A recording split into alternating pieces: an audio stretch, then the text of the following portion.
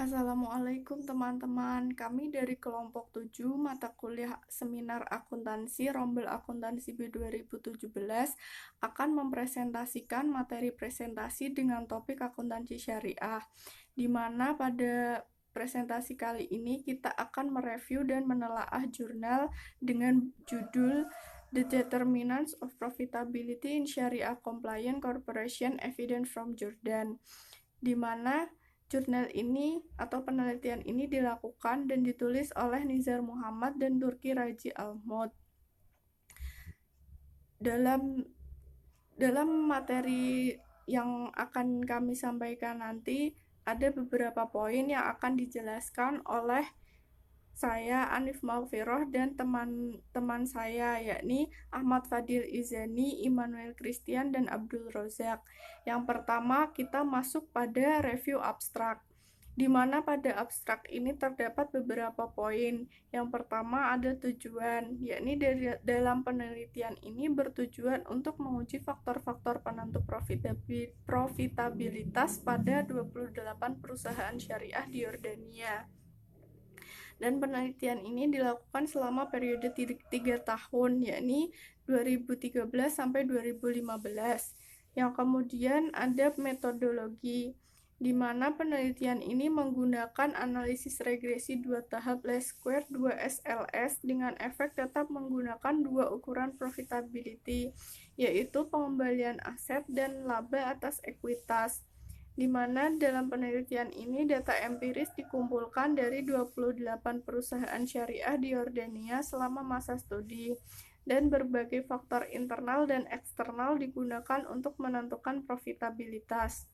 Poin selanjutnya ada temuan.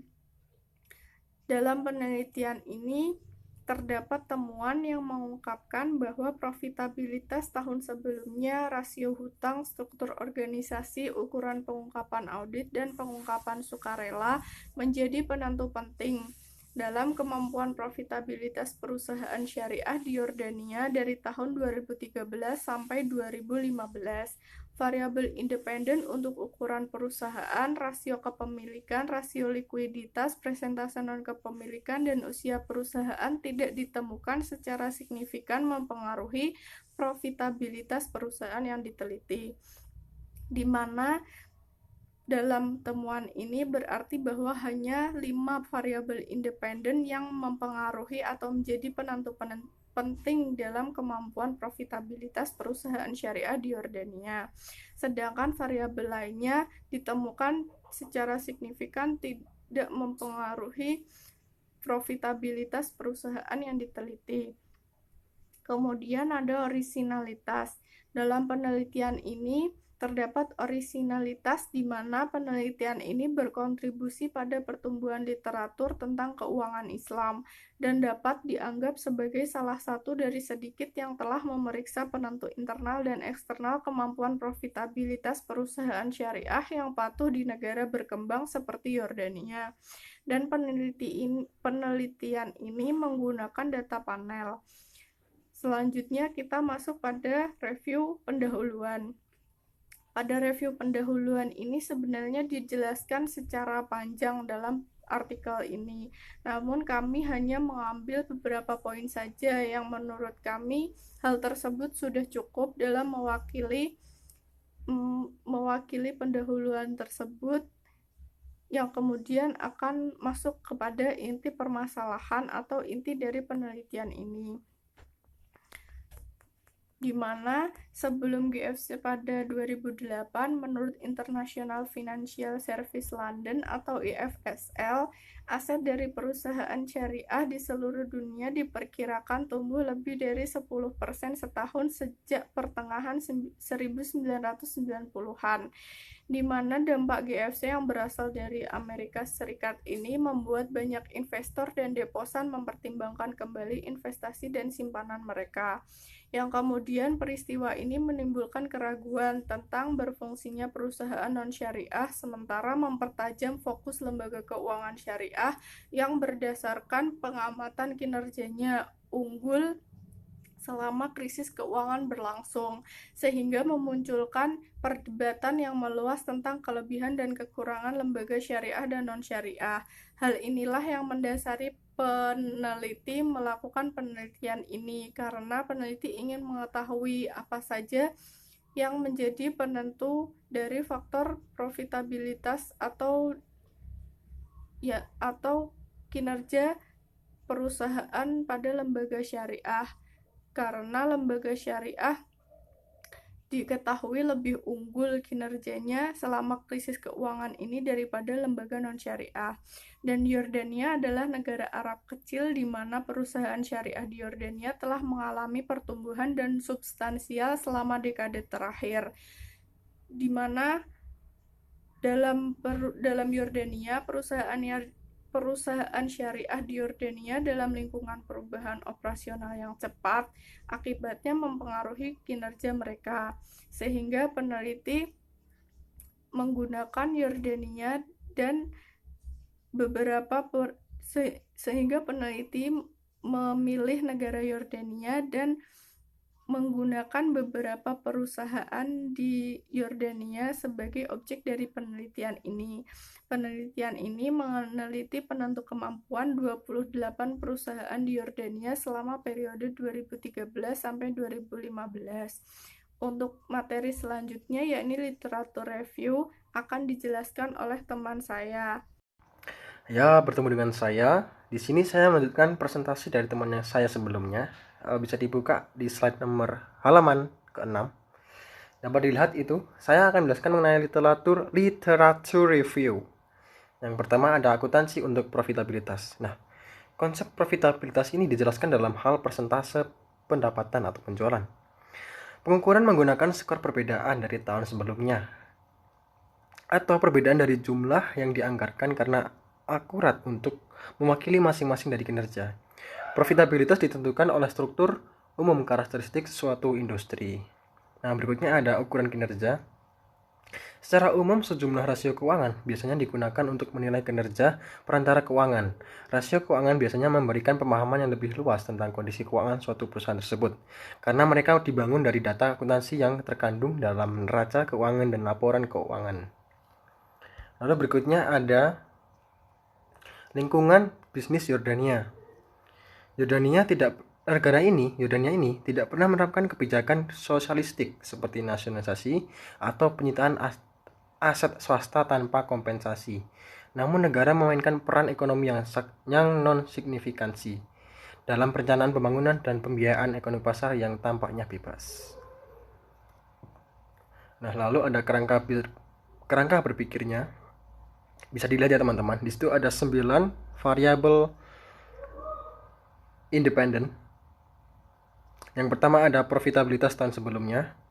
Lalu ada ukuran perusahaan, tingkat hutang, sektor organisasi, ukuran audit, rasio kepemilikan, pengungkapan sukarela, tingkat likuiditas, dan persentase non-kepemilikan.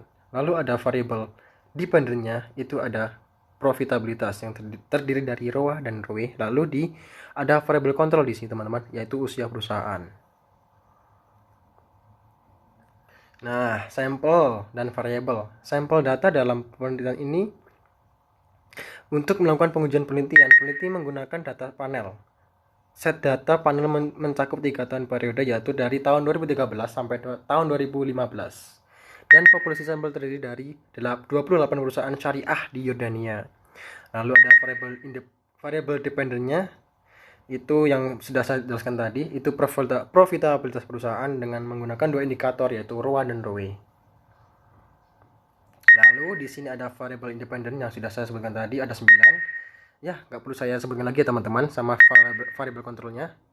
Ya, cukup sekian dari saya, mungkin dijelaskan oleh teman saya yang berikutnya untuk melanjutkan presentasi. Terima kasih.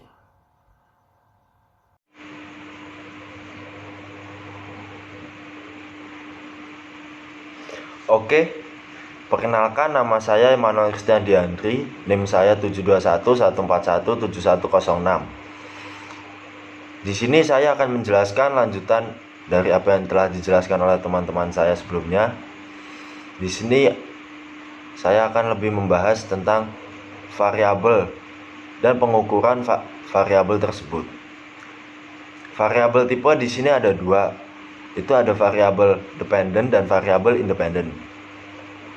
Untuk variabel independennya sendiri itu adalah profitability, dan untuk variabel independennya itu ada cukup banyak.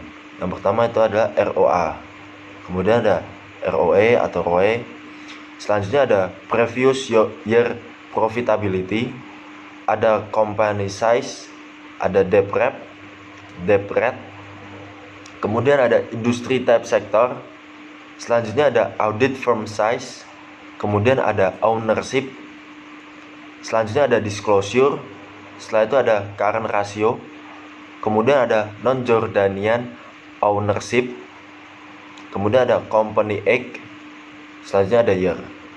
Dan untuk pengukurannya sendiri itu ada ROA, itu ada net income atau total asset, kemudian ada net income atau total equity untuk ROE.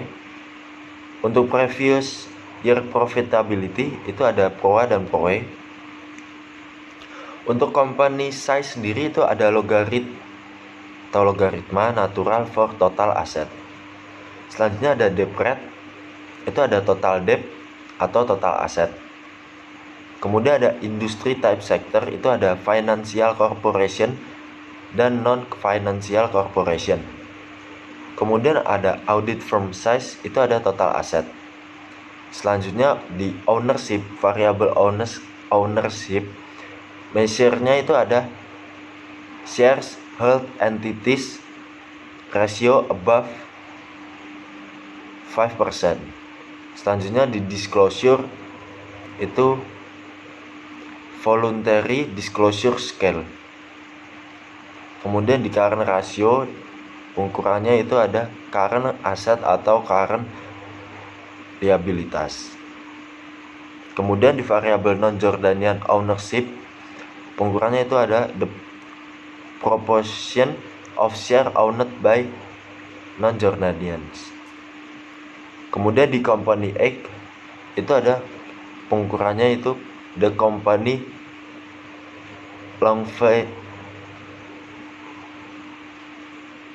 longevity. Selanjutnya di variable year atau tahun itu berdasarkan tahun 2013, 2014 dan 2015.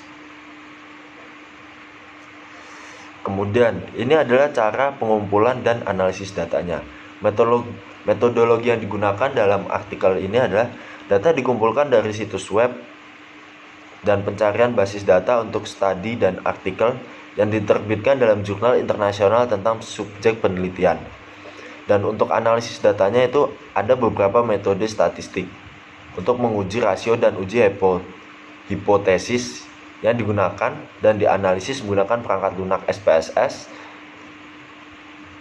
Kemudian analisis statistik deskriptif diikuti perhitungan VIF untuk menguji multikolinearitasnya.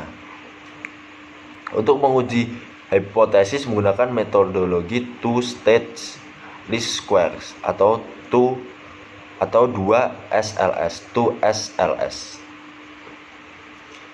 Kemudian di sini ada analisis deskriptif dan hasil hipotesis datanya. Jadi ini ada hasilnya teman-teman, hasil dari analisis deskriptif statistiknya. Di sini variabelnya sudah dijelaskan semua. Kemudian di sini ada hasilnya. Oke, di slide selanjutnya ini ada keterangan tentang hasil hipotesis data. Jadi hipotesis ada 10 itu bisa diterima atau tidak. Tidak semuanya diterima dan tidak semuanya juga tidak diterima. Ada yang diterima dan tidak. Yang pertama itu ada positive effect of previous year on current year profitability, itu diterima. Kemudian yang kedua ada positive effect of company size on profitability, itu tidak diterima. Kemudian ada positive effect of the level of indebtedness profitability, itu statusnya juga diterima. Kemudian ada the influence of organizational sector in that financial compared to non-financial sector firm are more profitable, itu diterima sebagian. Kemudian ada positive effect of the size of the auditing firm on profitability, itu diterima. Kemudian yang keenam ada positive effect of an ownership ratio greater than 5% on profitability, itu tidak diterima atau rejected. Kemudian ada positive effect of voluntary disclosure on profitability, itu diterima sebagian. Kemudian ada positive effect of the liquidity atau likuidasi rasio on profitability, itu tidak diterima. Yang kesembilan ada positive effect of non-Jordanian ownership on profitability, itu tidak diterima. Yang kesepuluh ada positive effect of the firm act on profitability, itu tidak diterima. Dan hasil hipotesis ini 10 ini berdasarkan dari variabel independen dari penelitian ini. Selanjutnya akan dijelaskan oleh teman saya. Terima kasih apabila dalam penyampaian materi saya masih banyak kesalahan, saya mohon maaf sebesar-besarnya. Assalamualaikum warahmatullahi wabarakatuh. Selamat pagi teman-teman. Perkenalkan, nama saya Abdul Rozak, NIM 7211411710. Masih dengan kelompok 7 di mata kuliah seminar akuntansi. Pada kesempatan kali ini saya akan menjelaskan bagian slide PPT nomor 15 sampai nomor 19, melanjutkan penjelasan dari teman-teman saya sebelumnya, yakni Hanif, Izan, dan juga Immanuel. Yang saya jelaskan pada kesempatan kali ini yang pertama adalah mengenai keterbatasan dan rekomendasi. Keterbatasan dari penelitian ini bisa sambil teman-teman simak. Penelitian ini menggunakan data panel yang hanya mencakup 3 tahun, yang tidak memadai di ilmu sains untuk memvalidasi konsistensi hasil. Jadi keterbatasannya dari artikel ini, dari penelitian ini itu terdapat di penggunaan datanya yang hanya menggunakan rentan waktu 3 tahun, sehingga konsistensi dari data tersebut tidak memenuhi menurut sains penelitian seperti itu. Kemudian yang selanjutnya ada rekomendasi. Rekomendasi yang direkomendasikan adalah peneliti di masa depan dapat meningkatkan periode studi untuk memberikan konfirmasi dan menemukan kekuatan yang lebih besar dari pengumpulan data. Jadi tadi karena rentan waktunya cuma 3 tahun berarti masih kurang, sehingga harus ditambah supaya konsistensi dari data yang diambil oleh peneliti itu bisa dipertanggungjawabkan. Selain itu, peneliti juga harus menetapkan penentu lain profitabilitas seperti rasio pasar terhadap buku, laba atas pendapatan, dan laba bersaham. Wawancara mendalam dengan manajer PT perusahaan juga dapat dilakukan untuk mengeksplorasi lebih lanjut faktor penentu profitabilitas dalam perusahaan yang mematuhi syariah. Lanjut ke slide selanjutnya. Telaah review, telaah abstrak, originalitas penelitian. Penelitian ini berkontribusi pada pertumbuhan literatur tentang Islam dalam bagian keuangan, dan dapat dianggap sedikit telah memeriksa penentu internal dan eksternal profil kemampuan syariah terutama di negara berkembang. Jadi originalitas penelitian di sini yang pertama, literatur ini atau artikel ini telah berkontribusi dalam dunia Islam bagian keuangan. Terus kemudian dianggap sedikit yang telah memeriksa penentu internal dan eksternal kemampuan syariah terutama di negara berkembang. Yang kedua, poin yang kedua dari telah abstrak. Secara garis besar, abstrak dalam artikel ini telah memberikan gambaran dalam penelitian secara general atau umum. Jadi di awal kan ada bagian abstraknya, itu ternyata peneliti sudah menjelaskan secara garis besar atau benang merahnya terhadap penelitian, nanti ini jalannya seperti apa, sampelnya seperti apa, terus kemudian hasil yang didapatkan dari penelitian itu seperti apa. Sudah dijelaskan oleh peneliti di bagian abstraknya berdasarkan artikel ini. Terus kemudian bisa teman-teman simak juga. Selanjutnya ada telaah pendahuluan. Nah, dari diskusi kelompok kami terdapat 3 poin penting dari telaah pendahuluan. Yang pertama, alasan peneliti untuk memilih sampel dalam artikel ini sudah dijelaskan dalam artikel. Jadi sudah jelas ya mengenai alasan peneliti kenapa kok pengambil sampel di negara Yordania, negara berkembang yang berada di Timur Tengah, itu sudah dijelaskan dengan jelas oleh peneliti. Yang kedua, fenomena gap juga dijelaskan dengan baik sama dengan alasannya mengapa mengambil sampel, itu juga dijelaskan. Yang ketiga, riset gap dengan dijelaskan dengan cukup rinci. Perlu diketahui teman-teman, ini ada yang kelewatan ya. Fenomena gap itu adalah ketidaksesuaian antara teori dengan kenyataan. Kalau riset gap berarti adanya perbedaan hasil yang didapatkan oleh peneliti, masing-masing peneliti terhadap variabel yang diteliti. Jadi hasilnya ini yang peneliti ini mengucapkan berkontribusi atau berpengaruh positif, yang ini mengatakan tidak berpengaruh sama sekali. Nah, itu berarti masuknya ke riset gap. Kemudian selanjutnya ada telaah literatur. Pada penelitian ini review literatur yang dilakukan oleh peneliti menjelaskan variabel yang sangat baik. Jadi di bagian telaah literaturnya di artikel ini itu peneliti juga menyertakan beberapa artikel yang membahas mengenai variabel yang akan diungkapkan atau yang akan digunakan peneliti dalam artikel kali ini sudah dijelaskan dengan baik menurut dari kelompok kami. Next, telaah metodologi. Nah, metodologi. Variabel yang digunakan dalam penelitian ini sudah dijelaskan dengan baik oleh peneliti. Mode yang dipakai dalam penelitian ini sama dengan metode penelitian sebelumnya. Jadi variabel yang digunakan seperti apa yang saya sampaikan tadi sudah dijelaskan dengan baik oleh peneliti. Kemudian mengenai metode penelitian ini juga secara garis besarnya sama dengan metode penelitian yang telah dilakukan oleh peneliti-peneliti pendahulunya. Selanjutnya ada telaah result and discussion. Hasil pembahasan dan pengujian atas hipotesis yang diungkapkan oleh peneliti sudah dijelaskan dengan baik. Itu bisa teman-teman simak di artikelnya, bahwasanya hipotesis yang dikeluarkan oleh peneliti dan juga hasilnya itu sudah dirangkum dengan baik oleh peneliti di hasilnya. Penyampaian hasilnya itu sudah dijelaskan dengan sangat baik. Lanjut. Selanjutnya ada kesimpulan dan saran. Ini kesimpulannya dari kelompok kami. Baik berupa kesimpulan ataupun saran sudah dijelaskan dengan jelas oleh peneliti dalam artikelnya. Ternyata juga mengenai kesimpulan ataupun saran itu sudah dijelaskan dengan jelas oleh peneliti di dalam artikel. Selanjutnya poin yang terakhir mengenai telaah secara umum. Telaah secara umum, objek penelitian dalam artikel ini adalah negara Timur Tengah, yakni Yordania. Seperti apa yang saya jelaskan tadi ya, udah jelas memang artikel ini sudah menjelaskan mengenai poin-poin yang sekiranya perlu ada pendalaman bagi para reviewer atau membaca, reader bagi penelitian ini, supaya nantinya hasil penelitian ini juga bisa dimanfaatkan oleh masyarakat akademisi terutama ya, untuk meningkatkan ilmu pengetahuan serta bagi peneliti-peneliti selanjutnya. Oke, sekian dan terima kasih. Saya kira itu saja yang dapat saya sampaikan mengenai presentasi saya. Slide 15 sampai 19 saya mewakili dari kelompok 7 mata kuliah seminar akuntansi. Apabila ada salah-salah kata ketika menyampaikan pemaparan materi ataupun tingkah laku yang tidak mengenakan bagi teman-teman semua, saya mohon maaf. Wal afu minkum. Wassalamualaikum warahmatullahi wabarakatuh.